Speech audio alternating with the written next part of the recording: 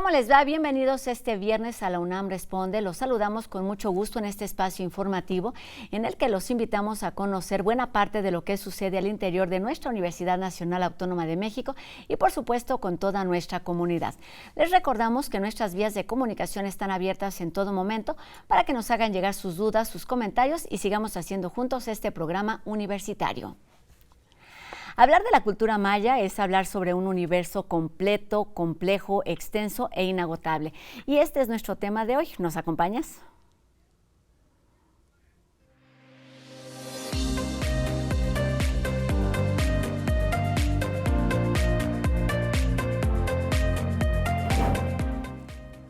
El Instituto de Investigaciones Filológicas de la UNAM cuenta con un centro multidisciplinario que por más de 5 décadas se ha ocupado de uno de los pueblos mesoamericanos más complejos y de mayor riqueza, que ha despertado, como sabemos, el interés de especialistas de distintos países. La cultura maya, que tuvo presencia en México, en Guatemala, Belice, El Salvador y Honduras, ha sido estudiada desde la arqueología y la historia, pero también desde la lingüística y la antropología. Para conocer más sobre las líneas de investigación que ahí trabajan y sobre un mundo de universos por descubrir en esta instancia universitaria, saludamos aquí en nuestras instalaciones de la UNAM Responde al doctor en Historia Carlos Conover Blancas, quien es investigador de este Centro de Estudios Mayas que pertenece al Instituto de Investigaciones Filológicas de nuestra universidad. Doctor, ¿cómo estás? Muy buenas tardes. Bienvenido a la UNAM Responde. Rosa, muchísimas gracias. Pues mucho que hablar sobre este tema. Siempre tienen una actividad intensa sobre es que no puedo decirlo o no me alcanza para decirlo de otra manera. Se trata de un universo por descubrir. ¿Cómo entender, cómo definir, cómo ver hoy a la cultura maya? Es una muy buena pregunta. La cultura maya, pues, es un conjunto de pueblos con una historia milenaria que han partido de esta matriz mesoamericana y que tienen en común elementos con otros pueblos mesoamericanos, pero que también han destacado en la elaboración de otras expresiones culturales. Es muy importante entender que es un pueblo vivo, es un pueblo muy numeroso y de hecho decir un pueblo es un poco una metáfora, porque en realidad son muchos pueblos, son 28 lenguas mayas que están agrupadas en 11 grupos, vaya la redundancia, y que cada uno de ellos tiene una historia particular, tiene una forma de construir el mundo particular y es una enorme diversidad. ¿Cómo abarcar todas estas posibilidades de entender nuestro presente y nuestro pasado es posible a través de este Centro de Estudios Mayas? ¿Qué es exactamente? ¿Cuáles son sus objetivos? ¿Cómo trabajan? El Centro de Estudios Mayas es una instancia del Instituto de Investigaciones Filológicas con una larga historia. Fue fundado en los años 70 por el arqueólogo mexicano Alberto Ruz, descubridor de la tumba de Pacal en Palenque, y desde aquel momento ha tenido una vida muy intensa, abocada precisamente a la investigación de los más diversos aspectos de la cultura maya. Durante toda su trayectoria, el Centro de Estudios Mayas ha tenido como integrantes a investigadores de altísimo nivel que se han preocupado por conocer la religión, la epigrafía, pues la arqueología y la etnografía de los pueblos mayas, tanto del pasado como del presente. Y es un espacio que también ha favorecido el trabajo interdisciplinario, la creación de grupos de colaboración al interior del centro, pero también vinculados con otras instancias de la misma universidad, del país o del extranjero, y en el cual pues se hace un enorme esfuerzo para conocer, para comprender la cultura maya, para divulgarla. Por eso se agradece muchísimo esta atenta invitación y solamente para eso, y precisamente como para ayudarnos a valorar justamente esta enorme diversidad de sociedades que están vivas hoy en día. Algunos nos puede llamar la atención que este centro pertenezca al Instituto de Investigaciones Filológicas. Cuéntanos un poquito por qué y cómo es que ese principio se ha ido transformando hasta poder abarcar muchísimas más áreas y disciplinas actualmente. Claro, es muy importante recordar que en las cuestiones de antropología y de cultura, la lengua es fundamental. La lengua para los antropólogos es el factor determinante de la construcción de las más diversas expresiones culturales. En ese sentido, el centro nace con una vocación muy dedicada justamente a esta indagación de las lenguas de los pueblos mayas, porque son como el eje de su articulación, de su cultura. Y el instituto, y bueno, el centro también, se ha dedicado muchísimo tanto a la investigación lingüística contemporánea, como también a la investigación de diferentes corpus documentales que nos ayudan a conocer la historia de los mayas. Uno muy importante, por citar, son las relaciones geográficas de Yucatán, que en el siglo XVI el rey Felipe II tuvo un enorme proyecto para conocer el Imperio Español, que fue mandar unos cuestionarios con base en los cuales se recabó muchísima información sobre los más diversos territorios americanos. Y justo el Centro de Estudios Mayas, al comienzo de la década de los 80s, se dio la tarea de sistematizar todos aquellos de la gobernación de Yucatán y de Tabasco, que formaba parte de esa gobernación, e hicieron un trabajo de una rigurosidad impresionante para su investigación y para crear esta edición crítica de esta fuente que es primordial como para el conocimiento de los mayas en aquel momento de mediados del siglo XVI. Mencionaste y has hecho referencia a ello durante estos primeros minutos. ¿Cómo es que la cultura maya es una cultura viva, es una cultura del presente y no solamente del pasado? ¿Cuáles son esos elementos, esas líneas que permite verla e identificarla así? Bueno, eso también es una cuestión muy, muy importante. La cultura maya se tiene la idea popular, no solamente respecto a ella, sino a todos los pueblos mesoamericanos y muchos de los de Aridoamérica, que se extinguieron tras la conquista o tras el periodo colonial. Sin embargo, son pueblos que siguen vivos, que están presentes, que sus integrantes suman varios millones de habitantes, de ciudadanos de México, en el caso de los mayas de Guatemala, de Belice, como estaba mencionando en la introducción. Y son pueblos que justamente conservan una serie de elementos culturales.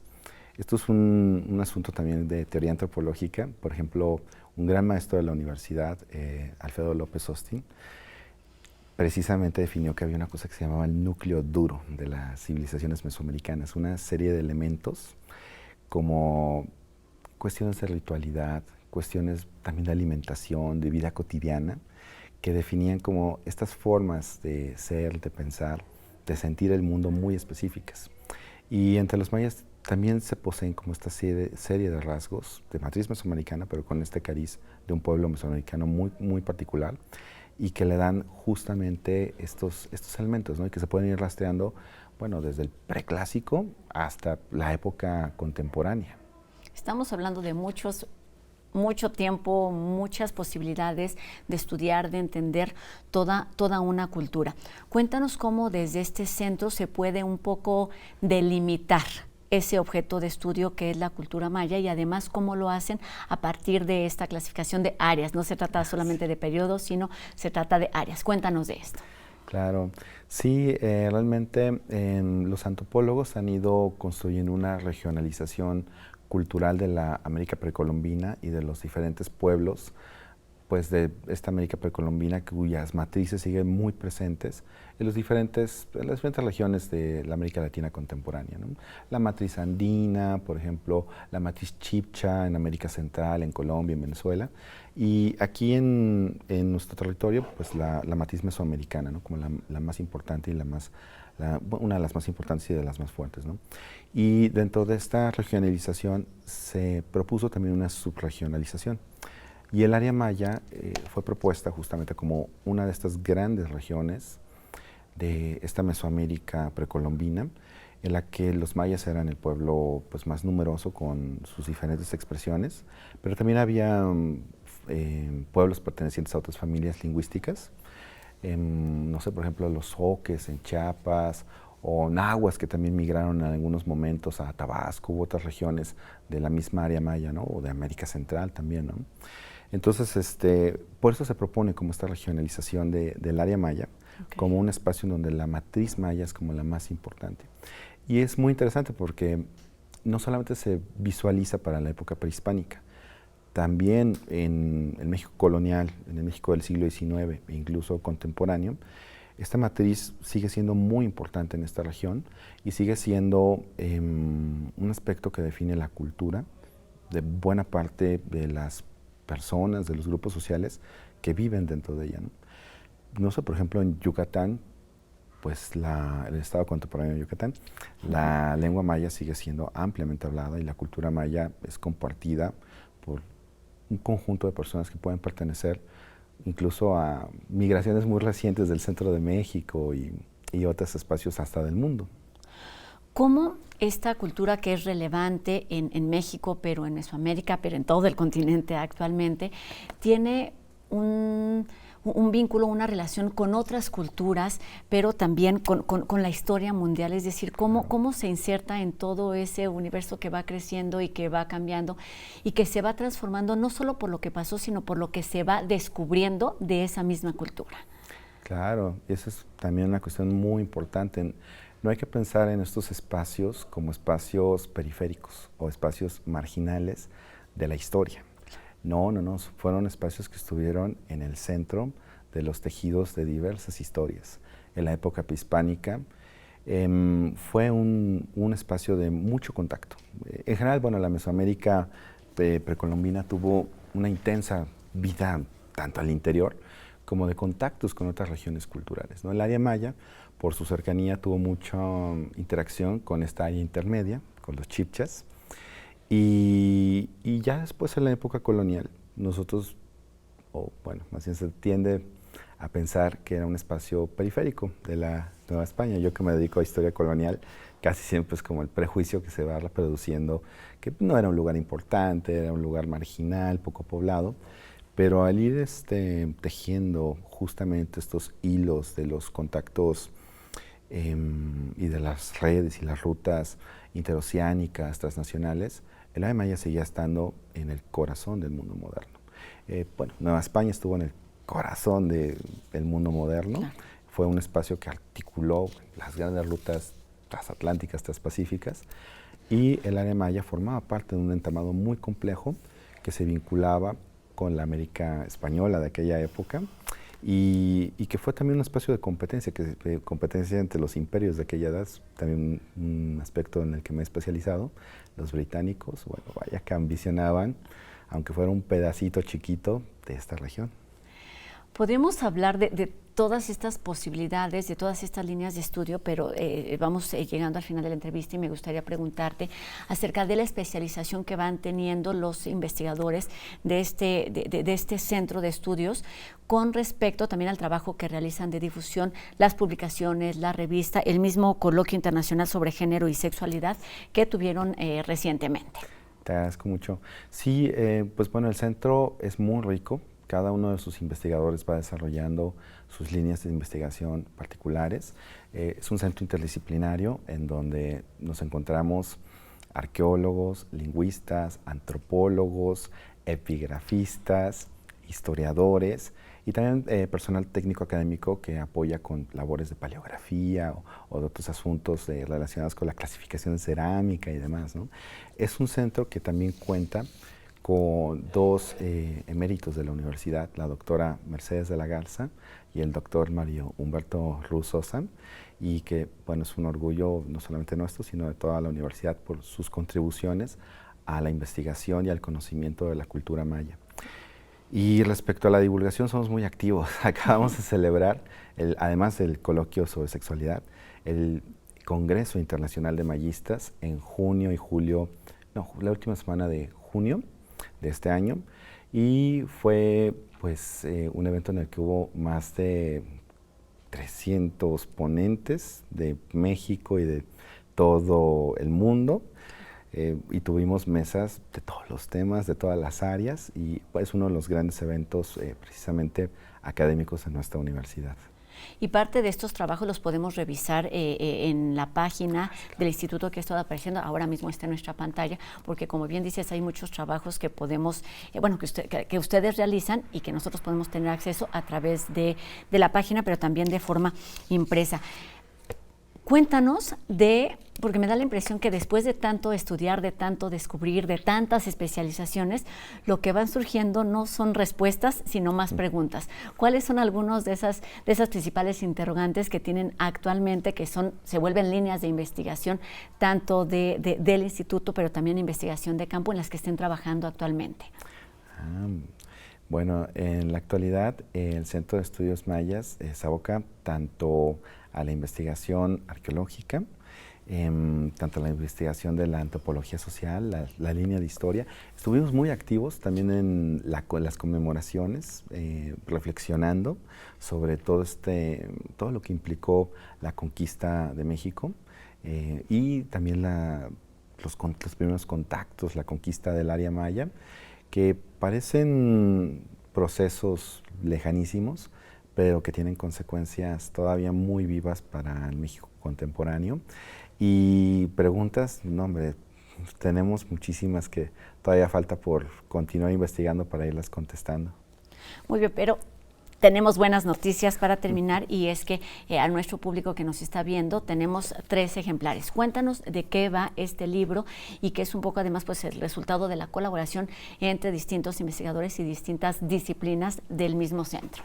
Claro, precisamente en este contexto de las conmemoraciones organizamos una serie de jornadas para reflexionar sobre el viaje de Hernández de Córdoba en 1517, que pasó su recuerdo un poco desangelado, tanto a nivel pues, oficial como a nivel académico, sobre el viaje de Grijalva en 1518 y sobre la llegada de Hernán Cortés en 1519.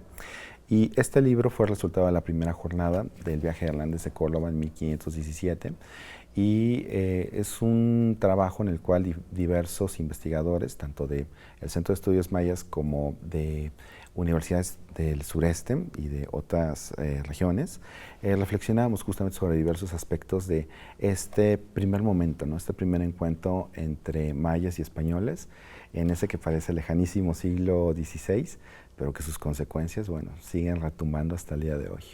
Pues parte de esta historia y de estos conocimientos los tenemos en este libro, Encuentros y Desencuentros en las costas de Yucatán, y tenemos 3 ejemplares para quien nos escriba de forma directa a mi Twitter, Rosa E. Brizuela. Ahí nos podemos encontrar, y las primeras 3 personas que nos escriban les doy las indicaciones para que puedan venir a recogerlo en nuestras instalaciones de TV UNAM. Tenemos 30 segunditos. ¿Cuáles son algunas de las características, alguna cosa que te haya sorprendido a partir del estudio de la cultura maya? Pues el papel de la vida comunitaria, la importancia del tejido comunitario y de la organización comunitaria para ir tejiendo una historia que continúa viva y que continúa desarrollándose. Pues con esto terminamos la invitación a acercarnos a este Centro de Estudios Mayas y al trabajo que realiza el Instituto completo, y por supuesto a obtener este libro, que es una posibilidad de entender lo que sucedía, pero de lo que sigue sucediendo con la cultura maya. Doctor Carlos Conover Blancas, del Centro de Estudios Mayas, que pertenece al Instituto de Investigaciones Filológicas de nuestra universidad, que tiene que ver con la importancia de la lengua y de las formas de comunicación entre las sociedades, entre las culturas. Muchísimas gracias. Muchísimas gracias. Gracias, Carlos. Y vamos con otro tema. Hace unos días, como ustedes recordarán, les platicamos aquí de la exposición 10 en Humanidades, que se inauguró recientemente en el Museo de las Ciencias Universum. Se trata de la primera muestra en su tipo que reitera la importancia de la investigación en las ciencias sociales y el humanismo, y se refiere también a la relevancia que tiene en nuestras vidas cotidianas. El día de hoy, viernes 22 de septiembre, en punto de las 6 de la tarde, se llevará a cabo una visita nocturna con acceso 2x1 al museo, que incluye un recorrido por la exposición, esto luego de la proyección de la película El Hombre Mosca, que será musicalizada en vivo por el pianista José María Serralde Ruiz. Esta actividad forma parte del programa paralelo, que incluye charlas y talleres, y se estarán llevando a cabo hasta el próximo 12 de noviembre. El programa completo lo pueden consultar en el sitio de universum.unam.mx. La tercera causa de muerte entre los jóvenes de entre 15 y 24 años en nuestro país es el suicidio. ¿Por qué debe considerarse un tema social y no solamente individual? Veamos la siguiente historia de UNAM Global TV.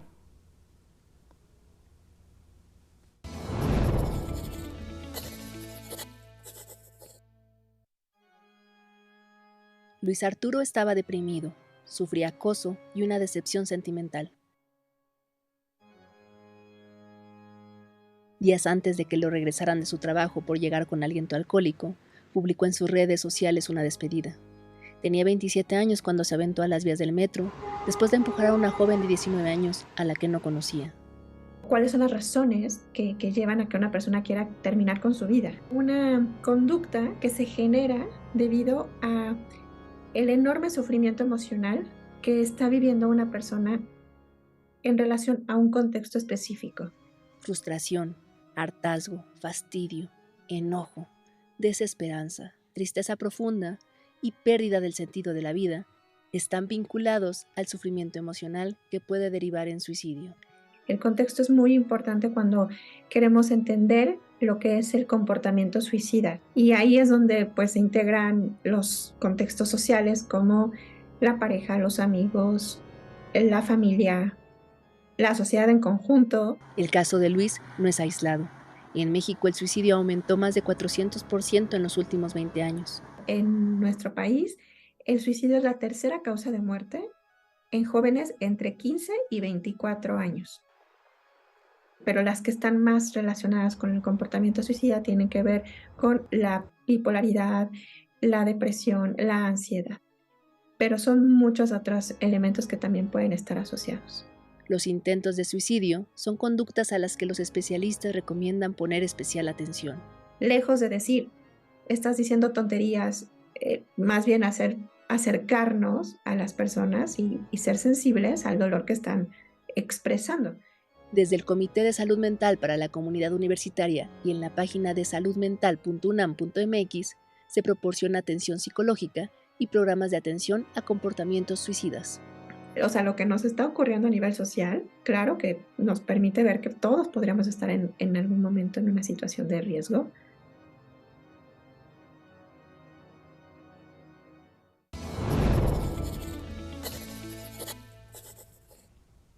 Hay muchas señales, muchos temas en los que debemos estar alertas. Por ejemplo, durante mucho tiempo el acoso entre los compañeros de clase fue visto con normalidad y con el paso del tiempo hemos aprendido que las consecuencias pueden ser desde daños físicos o emocionales hasta tener consecuencias fatales. Se llama bullying y esto también es violencia.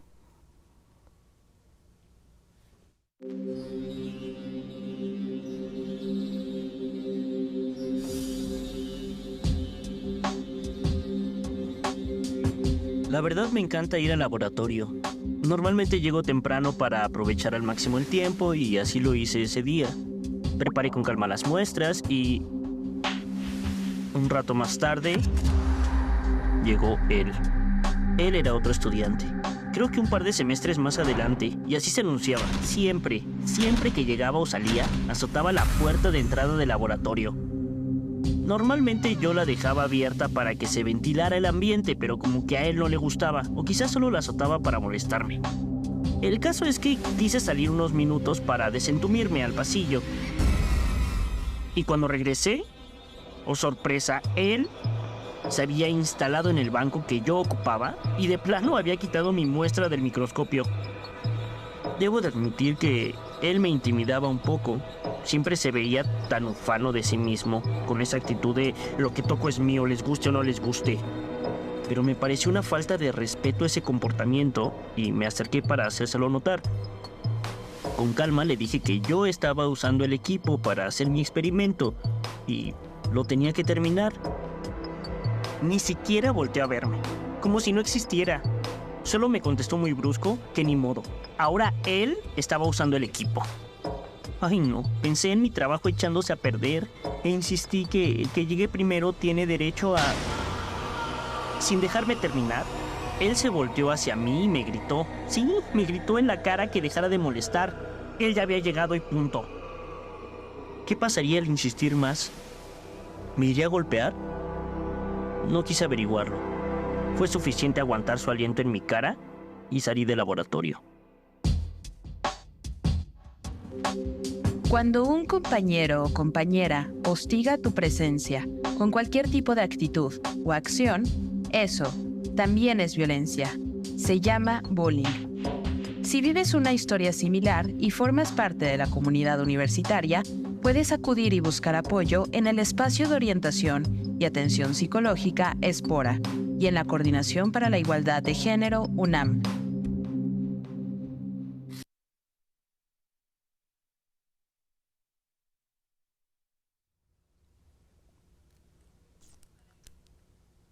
Identifiquemos todas estas señales de alerta, demandemos en caso de ser necesario y pidamos ayuda en caso de ver que alguien a nuestro alrededor lo requiere así. Con esto terminamos nuestro programa de hoy y también nuestra semana, agradeciendo esta tarde a Ricardo Iturbe en la interpretación de lengua de señas, que nos permite llegar a un público más amplio. Gracias a todos ustedes que nos ven del otro lado de la pantalla, a quienes hacen posible esta transmisión día con día. Mi nombre es Rosa Brizuela y nos vemos aquí el próximo lunes en una nueva emisión de La UNAM Responde, 2:30 de la tarde por TV UNAM. Adiós.